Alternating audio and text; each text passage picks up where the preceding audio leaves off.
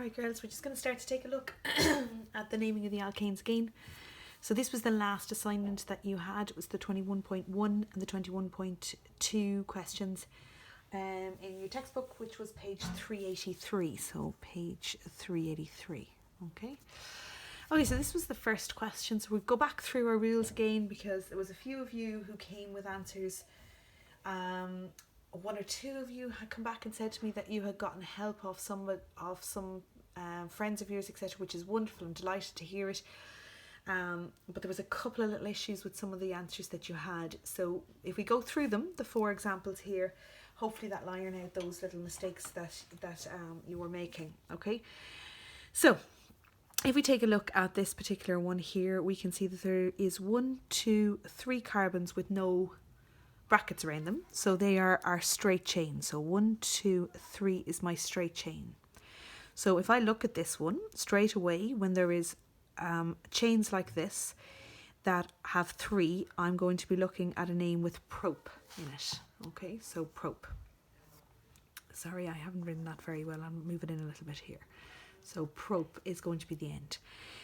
These are all alkanes, but I'm going to show you how I know they're alkanes now in a moment. Okay, so this first carbon then has 3 hydrogens around it, so 1, 2, 3. So now I can see it has 1, 2, 3, 4 single bonds off it. It's saturated.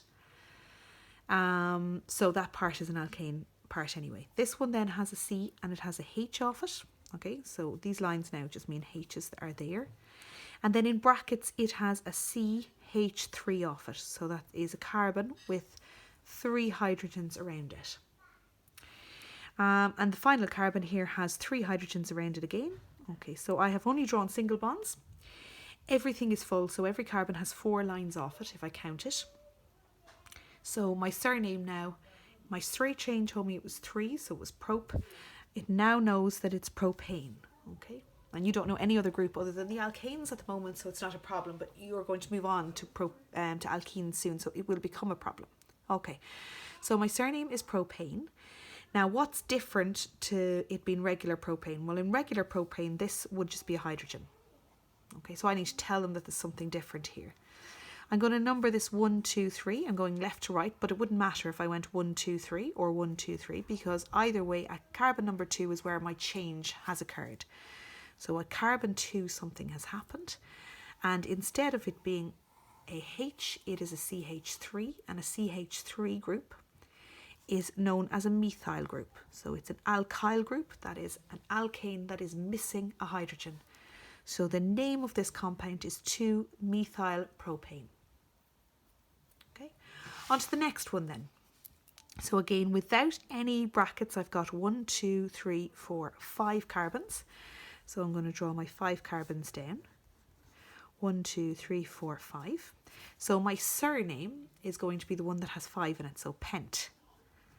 Okay, now how do I know it's an alkane? Well, I'm going to know when I fill this in. So on first carbon here, there's 3 hydrogens. I'm not going to bother writing the H's in now, girls, just to speed it up a little bit for you.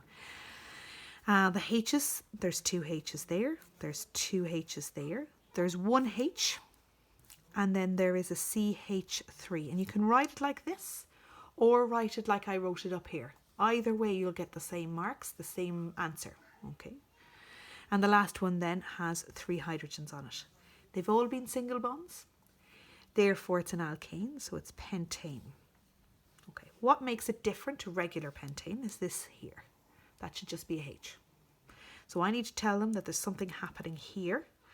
Now, my choices are I can number 1, 2, 3, 4, 5 or 1, 2, 3, 4, 5. So I'm going to choose it backways, right to left. 1, 2, 3, 4, 5. Why? Because that means that I'll have the smallest possible number for the carbon that carries the unusual thing. So at carbon 2, I have something unusual.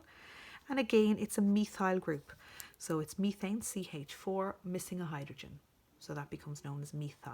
So the name of this compound is 2-methyl pentane.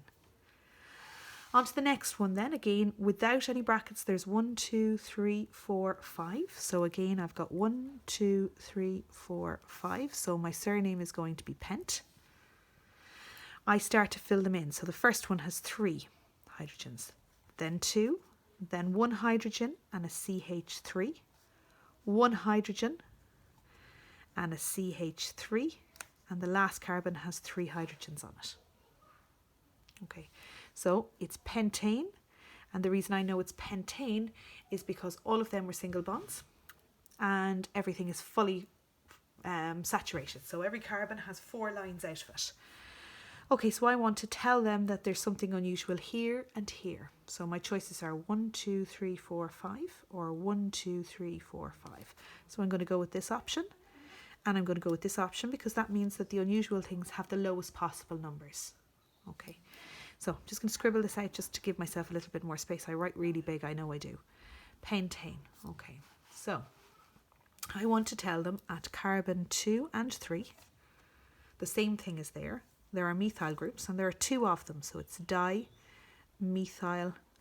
pentane. Okay, dimethyl tells me that there are 2 methyls, and there are carbon 2 and 3, there's 1 on each, and now it's known as 2,3-dimethyl pentane. Last one, again, look for the line that has no brackets, so it's 1, 2, 3, 4. So it's 1, 2, sorry girls, 3, 4, I don't know what's smashed. All right, take a look at it. 4, so I'm looking at bute being my surname. I'll make sure it's an alkane, even though at this stage you know it is, okay? Because you haven't learnt anything else. Okay, so butane at the moment. So on the first one, I've got CH3. Then I've got a H, and I've got a CH3, a H, and a CH3. And then on the last one, I just have the 3 carbons. Okay, so these are the 2 things that are unusual. So I can number it 1, 2, 3, 4, or 1, 2, 3, 4. It's going to make no difference which way I go. So I've gone the usual way of writing, left to right, but it doesn't make any difference. Again, I've left myself no space as usual. So I want to tell them at 2 and 3, I have 2 methyl groups, dimethyl, and it's butane. And that's its name. Have a watch of the video and let me know if there's any difficulties in terms of doing those ones. And I'll move on to the 21.2. So the 21.2 is taking a look. Oh, that's what found my book. So let's have a look and see. 21.2. They give you the names. The first one was 2-methyl-butane. So to draw 2-methyl-butane, I look at the end of the name first, butane. 4 carbons. Okay, normally it's ane, so it's fully surrounded. So ANE tells me it's fully surrounded in single bonds. And a carbon number 2, I'm to put a CH3 on, a methyl group. The rest of them would be filled in with hydrogens. Okay, so what I mean by that is you put the H's here. There's no point in me wasting time doing that. The next one, B, was 2,3-dimethyl-butane. 2,3-dimethyl-butane. And this is where I say, girls, there was a couple of you came back to me and said, look, I got help, miss, and I think I've got it right. But you weren't using dimethyl. Okay, so you were saying 2-methyl, 3-methyl. That's not the UPAC naming system. So the UPAC naming system is the international way of naming. That's a building bridge. So a lot of teachers would use it. I don't. The reason I don't is because it gets confusing then. Which one do you want me to use? We're only going to focus on this method because this is the only one that will get you the grade. It's called the International Naming Convention. It's the UPAC way of doing it. And you have to minimize the name. So by going 2-methyl, 3-methyl butane, yes, you get the same answer, but you haven't minimized the name as in made it as short as possible. Okay, and that's what the exams are going to require you to do.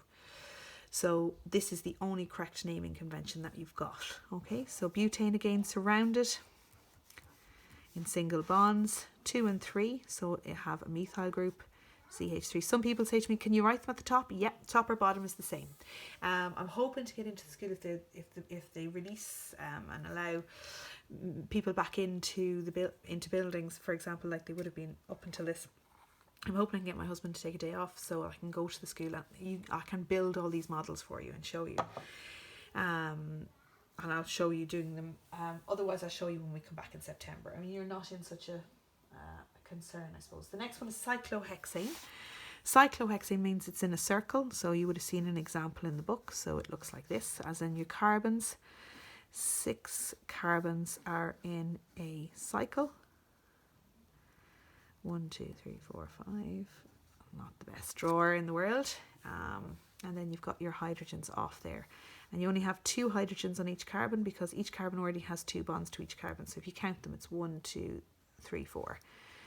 And that's what cyclohexane looks like. It's one you have to learn off. There isn't a, there's no simple way of learning that. I haven't just skipped over it. That's something it's in your textbook. You just have to learn that, cyclohexane. Okay.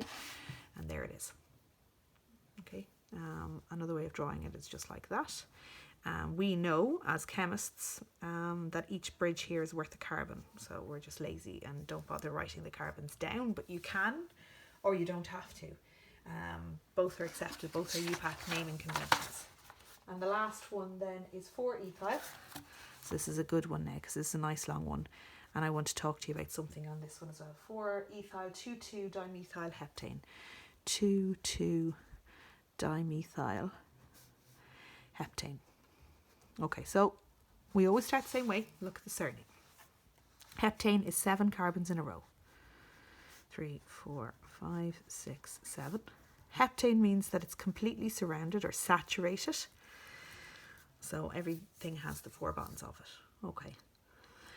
It now says 4. And why did it put 4 before 2 and 2? And the reason is because you take a look at the group that you're working with. So you've got ethyl and methyl. The biggest group goes first. So this tells me that this must be bigger than these ones. Okay. So we're naming it 1, 2, 3, 4, 5, 6, 7. Could I go the other way? Yes. But we normally read left to right. So if possible, we'll use it left to right. At carbon number 4, I'm putting something here and I'm putting ethyl. So ethyl is ethane, which is C2H6, minus 1. So it's C2H5. Okay, that's a carbon 4. At carbon 2 then, there's dimethyl. So that is CH3, CH3. 2 methyls. And then everything else has H's in it. If you keep to your UPAC system, it's easy. If you mess with your UPAC system, it gets harder. Okay. Okay, I didn't bring home, I think I told you girls, I didn't bring home my workbook, but there are further questions in the workbook, 21.1 and 21.2 in your workbook, that if you have your workbook, you should now attempt. So I'm going to ask, can some kind-natured person please send me pictures of those questions? I can't remember. I'm sure I have a prefix and vice prefix in that classroom. I have a feeling, Bryony, you might be a vice prefect or a prefect. I'm trying to remember girls who had badges. Can a prefect out of that room, please, if you have your workbook, send me a picture. And then I'll post the picture up on the page so that everybody has it. Okay? So that you can do those questions, because you do need further practice, because you did make mistakes, girls. Okay? So you do need further practice at trying them again. Even if you got them all right, you need to refresh your memory so that you're ready for the next section. So if somebody could do that for me, Brian, if you're a prefect or a vice prefect, I'm sorry I've called your name out now, and I don't even know if you are. I think I probably have made that up. But if you could please send that to me, that would be great, and then I can post it up for everyone, because I'm sure somebody in the room took their workbook with them and was more organised than me. Okay, thanks very much, girls, and we'll talk soon. Take care.